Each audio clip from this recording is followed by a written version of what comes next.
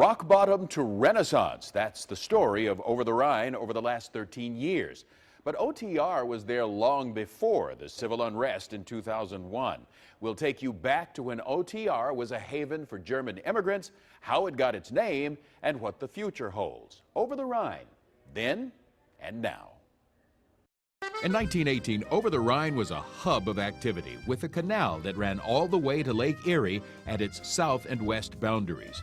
Don Heinrich Tolzmann wrote the book on the history of OTR. The Miami-Erie Canal soon became known as the Rhine because Germans started concentrating here and building churches throughout the district, and of course breweries. Tolzmann gives tours of the area, which got its architectural style seen in these buildings from northern Germany. The buildings are tall and very narrow.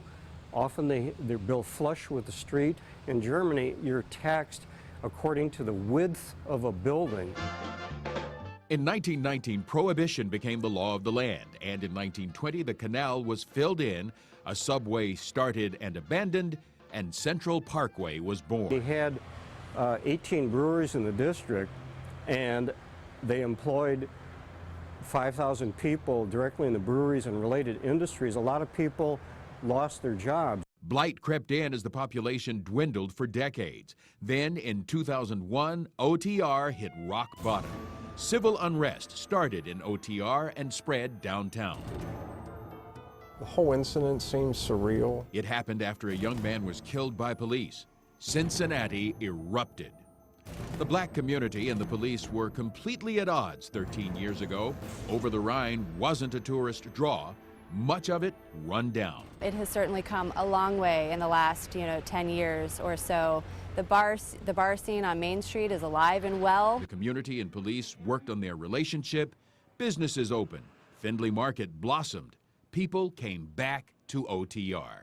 Since about 2006, 100 new businesses have opened in Over-the-Rhine. Emily Johnson, Over-the-Rhine Chamber of Commerce, helps keep businesses coming, which brings tourists and new residents. Over-the-Rhine is home to some of the great architecture, significant architecture, such great bones here, and then activated with really viable, a restaurant scene, a bar scene, a small business scene. There's plenty of work to be done. There are still lots of blighted buildings, crime, and other issues. But block by block, building by building, OTR is coming back. That's Over-the-Rhine, then and now. Now, just so you know, we have a ton more photos like this one, which gives you the opportunity to see Over-the-Rhine when Clyde gets it right on the screen, which apparently is not going to happen. Oh, there it is. So that's Over-the-Rhine then, and this is Over-the-Rhine, same street scene now. We've got information about OTR's origins and its apex, all of that for you on WCPO.com.